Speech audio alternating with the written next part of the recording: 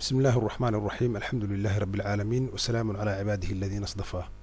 السلام عليكم ورحمة الله وبركاته. ولها إلى سعودي 10 كي هوري waxaan jeclahay maanta in halkan ka sii wado hadii Ilaahay yiraahdo.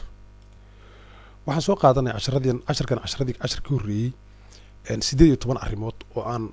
khulaaso macnaha aan soo aruuriyay oo ahayd quraankan ka soo aruuriyay oo ahayd waxyaabaha qofka mu'minka looga baahan yahay. macnaha waxyaabahan ma aha waxyaabo sunna ah iyo waxyaabo saas ah ma aha waxyaabo sahlan maahan waa waxyaabaha basically diinta islaamka qofka islaamka ama mu'minka looga baahan yahay in laga arko weeyaan oo la yimaado rabbigiisa la hortago. waxa weeyaan 10 shay oo laga reebayo iyo 8 shay oo la farayo weeyaan. waa ku halka idinku yaala runtii maanta waxaan ka hadli doonaa hadii Ilaahay yiraahdo laba arrimood oo ah fasaadka iyo xadgudubka. waxa laga yaabaa inaad tirahdaan gaalnimada iyo maxaad uga hadli weysay waxba noocaas iyo taqwada iyo qaybaha laga rabo. horta waxaan jeclahay inaan iraahdo ugu horreyn walaalkay maqlayo laga soo bilaabo gaalnimada oo number 1 ilaa ma lagu dhameeyo kibirka isla weynida wa 10 shay Ilaahay uu nicbiyo subhanahu jalla wa ala exactly xabad ka dhacda ma jirto mid ka dhacda ma jirto kulligood waxay leeyihiin Ilaahay waa nicb yahay. sidoo kale qaybtan muttaqiin ayaa ugu horeysa waxaana ugu dambaysa kuwa samra ama kuwa dagaalama wadada Ilaahay ku dagaalama ayaa ugu dambaysa. 8 shay mid walba Ilaahay wuu jecel yahay mid ka dhacaa ma jiro. marka waxaad ogaataa inay muhiim wada yihiin kulligood meesha laga bilaabo meesha kale ay tahay laakiin way culus tahay gaalnimada haddii iraahdo maanta waa gelayaa 10 dheer u baahan yahay taqwada sidoo kaleeto muxsiniinta sidoo kaleeto daalimiinta sidoo kaleeto waxyaabo fira badan quraan tira badan ayaa ka hadlaya. marka kuwa yaryar waxooga aan isdii karo waa waqti yar lagu dhamay karaa ayaan soo hormarinaa hadii Ilaahay yiraahdo ma yaryara macnaha xukun ahaan ma yaryara laakiin waxa weeyaan waa ka qafiifsan yihiin xoogaa dhowr xabaa la soo aruuri karaa. marka maanta waxaan ka hadlaa kuwa xadgudba iyo fasaadka labadaas ayaan ka hadlayaa. labada walba shay oo khatar weeyaan Ilaahayna nooma ogolo subhanahu jalla wa ala. intaa waxaa dheer arrimahan iyaga ah 10 shay oo macnaha Ilaahay uusan noo ogolin inaan samayno exactly waxa weeyaan risaalo caalamiya weeyaan international weeyaan. qof kasta oo bani aadana ee maskax yar ay ku jirto haddii loo sheego arrinta waa aqbalaya. waxaan ka gaalnimadaas laga yaabaa inay muranka keenaan dadka qaarkood mulxidiinta iyo waxyaabo noocaas ah mushrikiinta iyo muranka keenaan laakiin inta kaleeto wax caam ah weeyaan oo ciddii karta aysan jirin bal la sameeyaba cidda ugu liidata ee sameeyana ummadda islaamka weeyaan. waxyaabahan 10 kaas qodob qof walba fiiri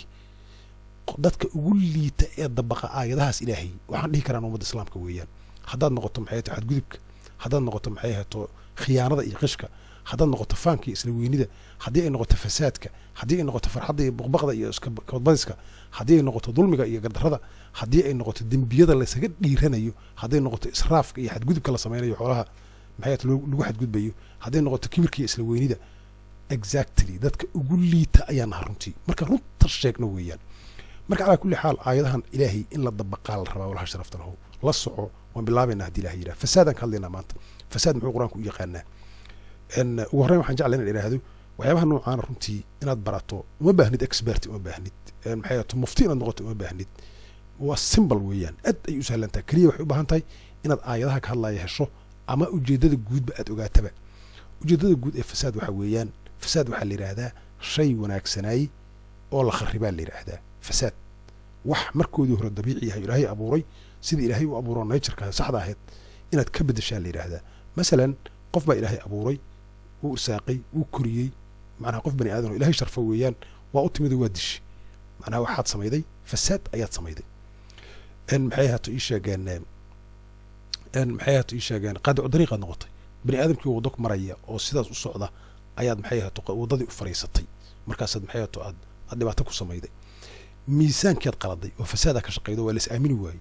laaluushad ka shaqeeyday cadaalad darrad ka shaqeeyday balaayo dhamad ka shaqeeyday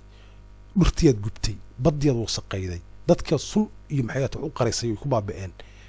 waxyaabahaas la qariyo oo si dadban iyo si toos ah intaba loo sameeyo oo dhibaatada abuuraya oo jawgi saxda ah ka bedelaya maxay tahay mujtamaca iyo bay'ada iyo wax walba waxaas fasaad u quraanku u yaqaanaa noocaas weeyaan fasaad.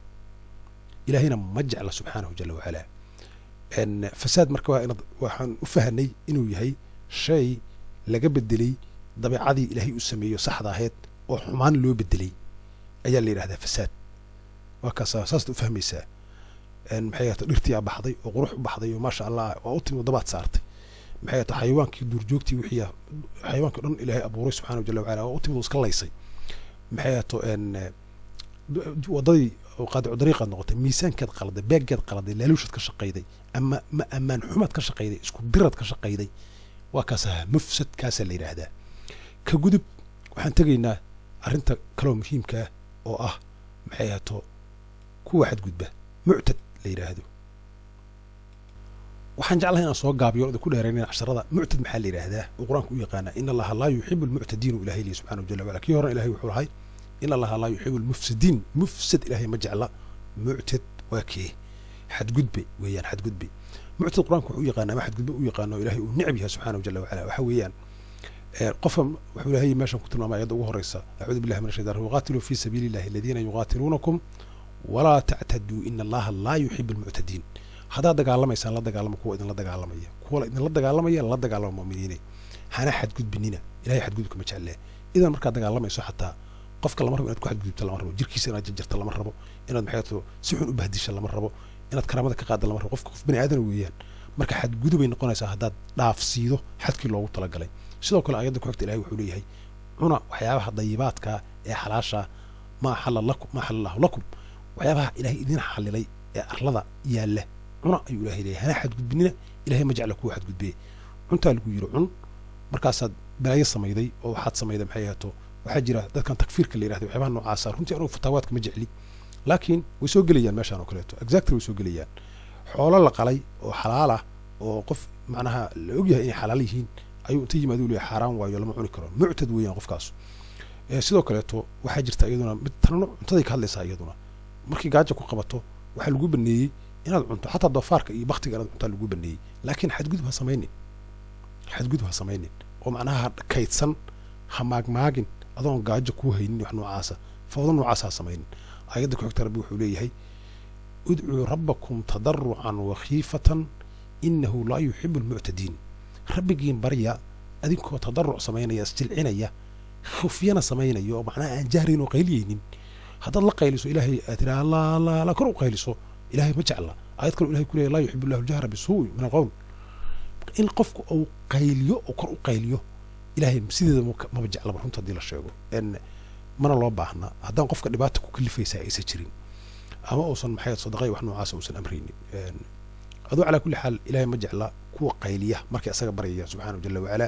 waxaa loo baahan yahay si hoose inaad rabbiga u baraysaa loo baahan yahay subxaanahu watacala lahu maqla wax walba sheegto u maqlaa ayadda ku xigta ilahay wuxuu leeyahay muumin ma dhaafayaan gaaladu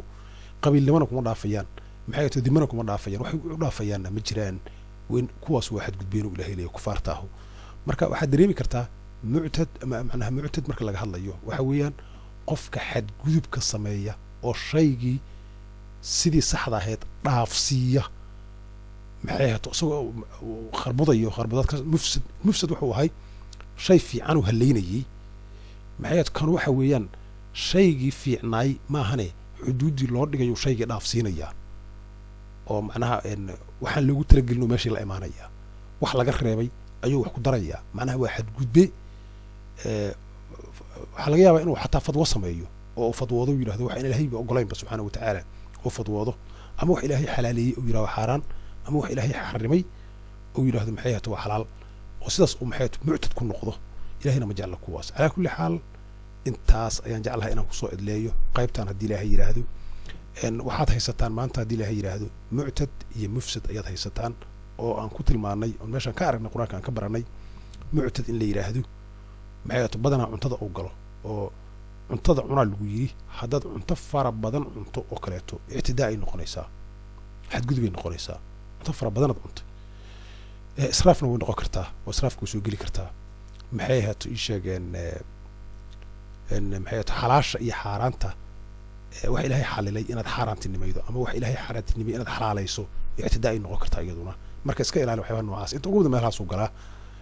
sidoo kaleeto naxariis laawayaasha oo dadka qalbiga adagna waa muctadiin ayuu ilahay ku tilmaamayaa sida waqtiga dagaalka maxay tahay waqtiga magangelyada oo qofka uu qof soo magan galo kaleeto laa yarqubuuna fi mu'minin ila walaa dimatan awlaa'ika hum muctaduun ilaahay subxaanahu jalla wacala marka calaa kulli xaal reer banu israa'iil ku meeshan ilahay ku hadlayaa iyo ummadihii kaleeto naga sii horreeyey ilahayna waa oghay ayuu leeyahay kuwa muctadiinta ah manaacin lilkhayri muctadin athiim manaacin lilkhayri muctadin muriib sidaasoo kaleeto exactly waxa weeyaan qofka maxay tahay muctadka oo xadgudubkiisu uu fara badan yahay ayaa waxa la yidhahdaa muctad oo wixii wanaaggii aanba u jeedini xumaanta mar walba u socda oo dhinaca xun u socda qofkaasaa la yidhahdaa muctad la yidhaahdaa ilahay nagu anfaco haddaan xaq sheega ilahay baa waafajiyey haddaan wax qaldan rabbi iyo cafsi dambi dhaafaan weydiisanayaa wassalaamu calaykum waraxmat ullaahi wabarakaatu